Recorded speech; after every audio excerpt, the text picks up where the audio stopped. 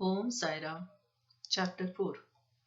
Sai Baba's first advent in Shirdi, Mission of the Saints, Shirdi a holy Teeth, Personality of Sai Baba, Dictum of Gauli Bhua, Appearance of Vitthal, Kshir Sagar's story, Das Ganu's bath in Prayag, Immaculate Conception of Sai Baba and his first advent in Shirdi, three Vadas.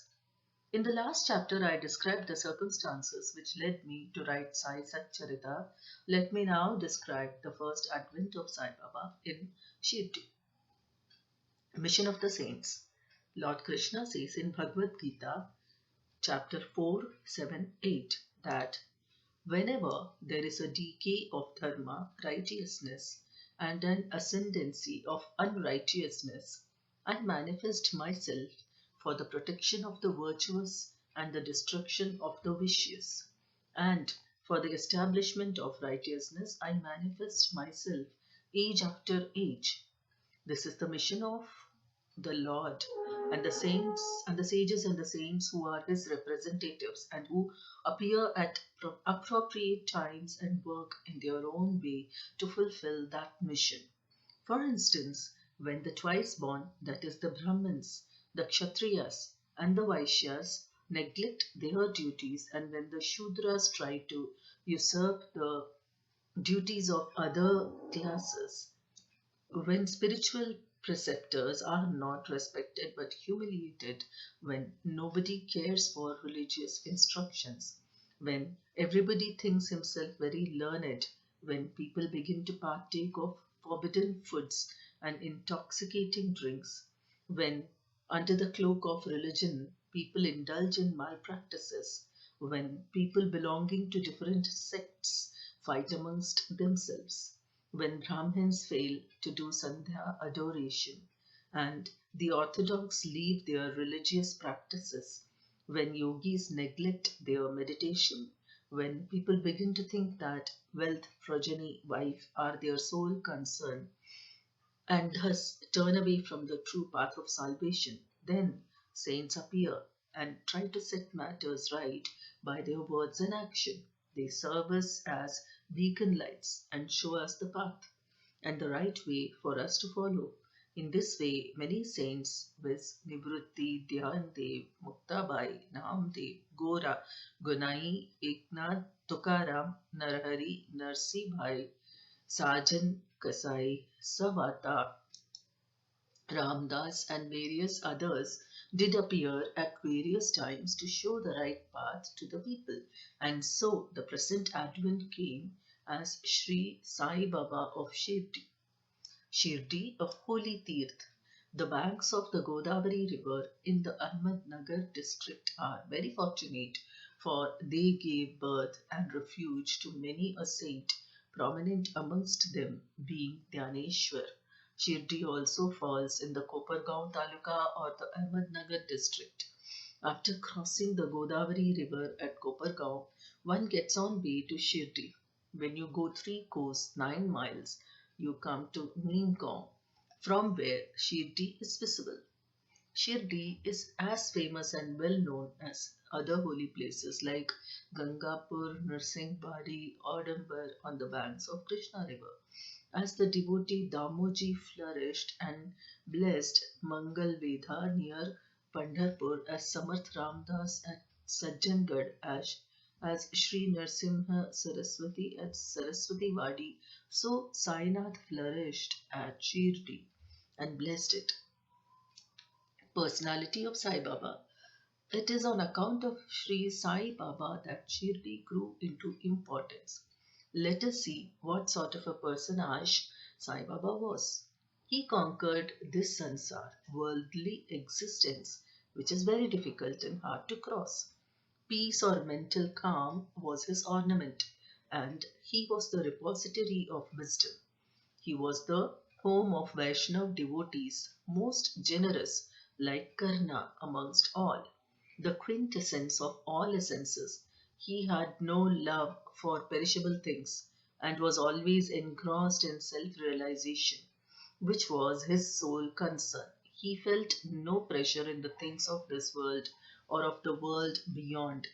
His antarang heart was as clear as a mirror, and his speech always rained nectar. The rich or poor people were the same to him. He neither knew nor cared for honor or dishonor. He was the Lord of all beings. He spoke freely and mixed with all people. Watched the actings and dances of Nautch girls and heard ghazal songs. Still, he swerved not an inch from samadhi, mental equilibrium. The name of Allah was always on his lips. While the world awoke, he slept, and while the world slept, he was vigilant. His inner self was as calm as the deep sea. His ashram could not be determined, nor his actions could be definitely determined. And though he lived in one place, he knew all the transactions of the world. His darbar was imposing. He told hundreds of stories daily. Still, he swerved not an inch from his vow of silence. He always leaned against the wall in the masjid or walked morning, noon, and evening towards Lendi, Nala, and Chavadi. Still, he at all times abided in the self. Though a Siddha, he acted like a sadhaka. He was meek, humble, and egoless, and pleased all. Such was Sai Baba, and as the soil of Shirdi was trodden by Sai Baba's feet, it attained extraordinary importance. As Dhyaneshwar elevated Alandi, Eknath did to Paitan, so Sai Baba raised Shirdi. Blessed are the grass leaves and the stones of Shirdi, for they could kiss the holy feet of Sai Baba and take his dust on their head. Shirdi became to us devotees another Pandharpur, Jagannath, Dwarka, Banaras, Kashi, and Rameshwar, Badri, Kedar, Nasik, Triambakeshwar, Ujjain, and Mahakaleshwar or Mahabaleshwar Gokarna. Contact of Sai Baba in Shirdi was like our study of Veda and Tantra. It quietened our sansar world consciousness and rendered self realization. The darshan of Sri Sai was our yoga sadhana, and talk with him removed our sins. Shampooing his legs was our bath in Triveni Prayag, and drinking the holy water of his feet destroyed our sins. To us, his commands were Vedas, and accepting, eating his Udi, sacred ashes, and prasad were all purifying. He was our Sri Krishna and Sri Ram who gave us solace, and he was our Parabrahma, absolute reality. He was himself beyond the pair of dvandvas, opposites.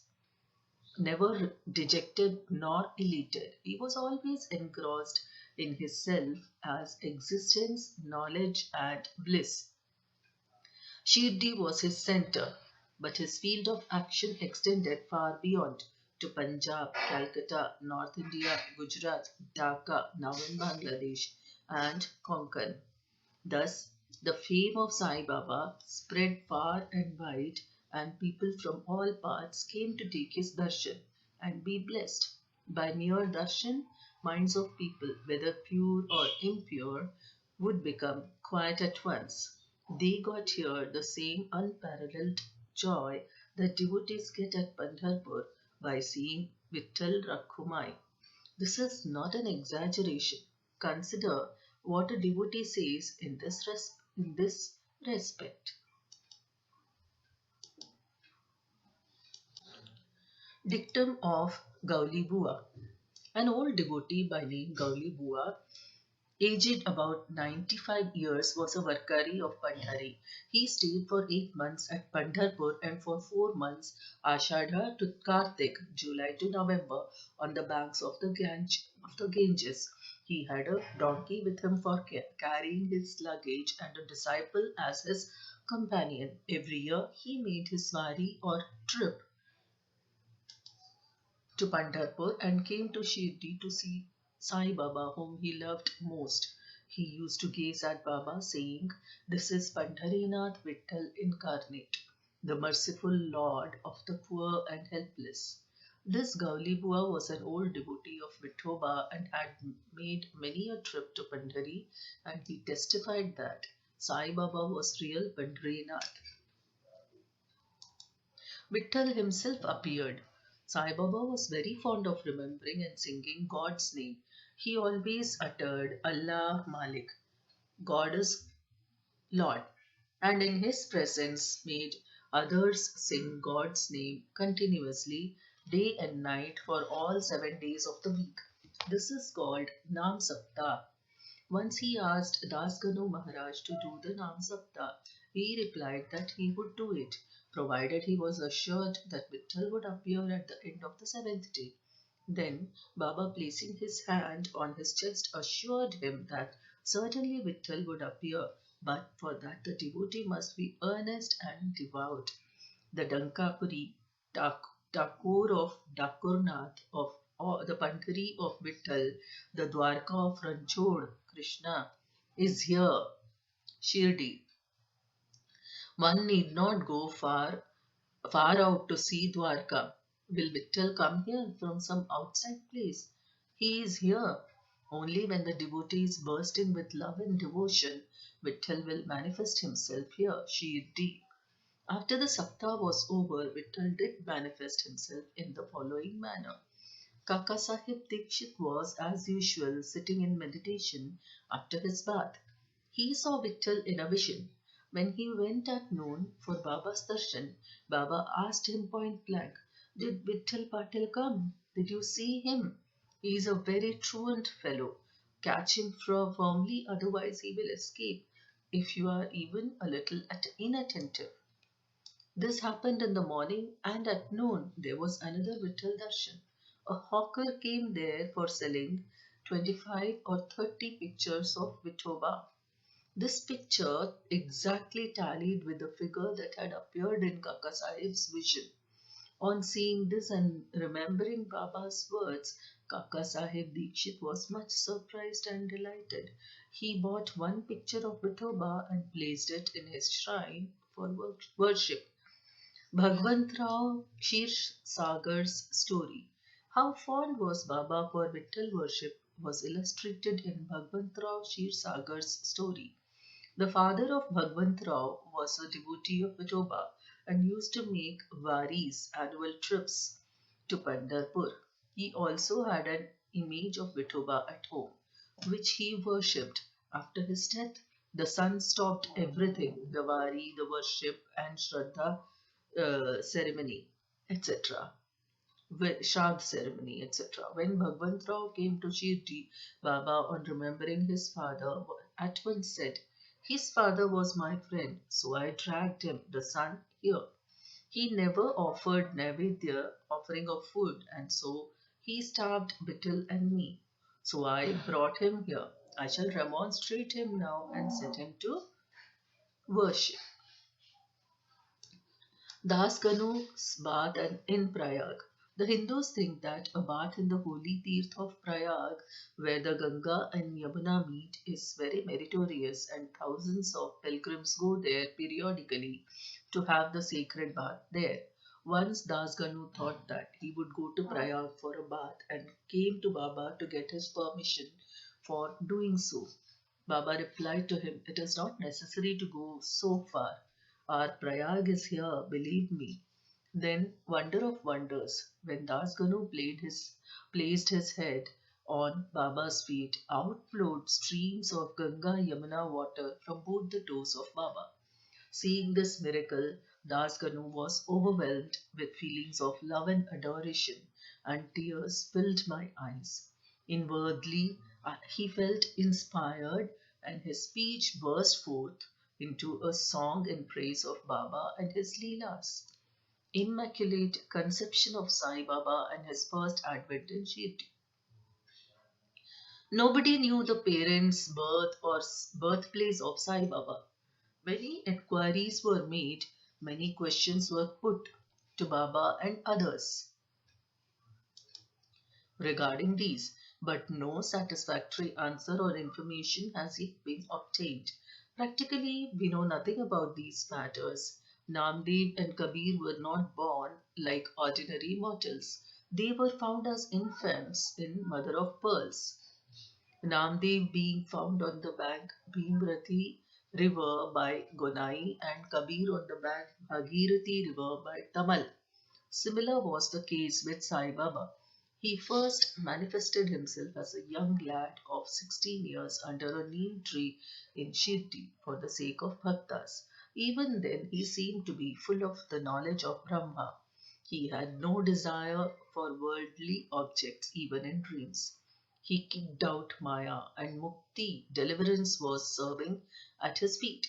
One old woman of Shirdi, the mother of Nana Chopdar, described him thus: this young lad, fair, smart, and very handsome, was first seen under the neem tree, seated in an asan.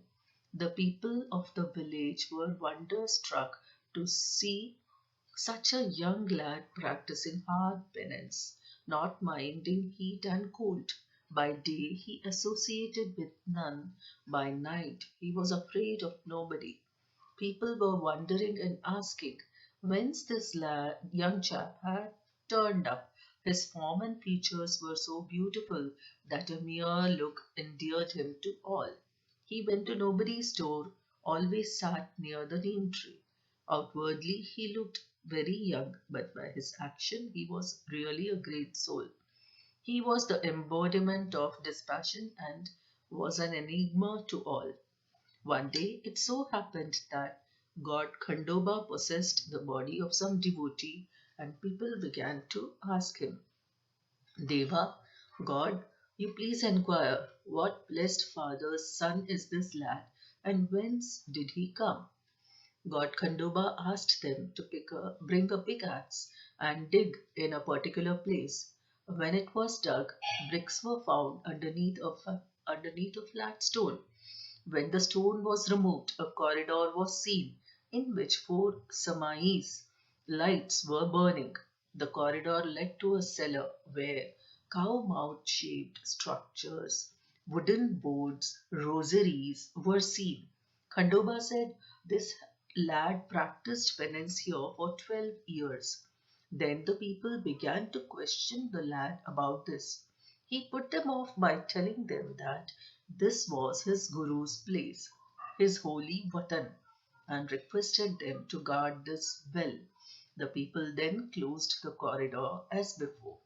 As Ashwatha and Audumber trees are held sacred, Baba regarded this neem tree equally sacred and loved it most. Malsapati and other Shirdi devotees regard this site as the resting place, Samadhi Sthan of Baba's Guru, and prostrate before it. Three Vadas.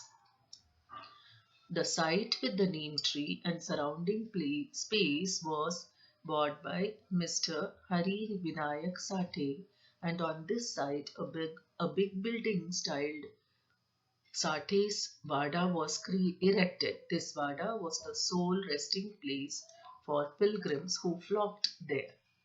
A platform was built around the neem tree, and lofts with steps were constructed. Under the steps, there is a niche facing south, and devotees sit on the par platform facing north. It is believed that he who burns incense there on Thursday and Friday evenings will, by God's grace, be happy. This Vada was old and dilapidated and needed repairs. The necessary repairs, additions, and alterations have been made now by the Sansthan. Then, after some years, another Vada, Dikshit's Vada, was constructed. Kaka Sahib Dikshit, solicitor of Mumbai, had gone to England. He had injured his leg in an accident there. The injury could not be got rid of by any means. Nana Sahib Chandorkar advised him to see Sai Baba, so he went to Sai Baba in 1909 and requested him to cure the lameness of his mind rather than that of his leg. He was so much pleased with the darshan of Sai Baba that he decided to reside in Shirdi. So he built a Vada for himself and other devotees. The foundation of this building was laid on 10/12/1910. On this day, two other important events took place. Mr. Dada Sahib Kaparde was given permission to return home. The night Aarti at Chavadi was started. The Vada was completed and was inhabited on the Ram Navami day in 1911 with due rites and formalities. Then another Vada or palatial mansion was put up by the famous billionaire Mr. Booty of Nagpur. A lot of money was spent on this building, but it was all well utilized as Sai Baba's body is resting in this Vada, which is now called the Samadhi Mandir. The site of this mandir formerly had a garden which was watered and looked after by Baba. Three Vadas thus came up where there was none formerly. Of these, Sate's Vada was most useful to all in the early days.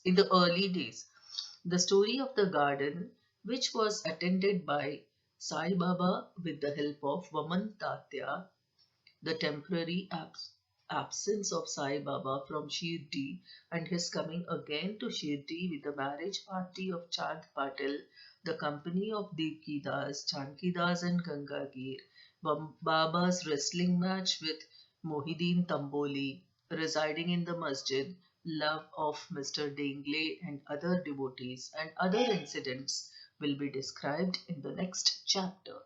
Bow to Sri Sai, peace be to all. Om Shri Sai Ram.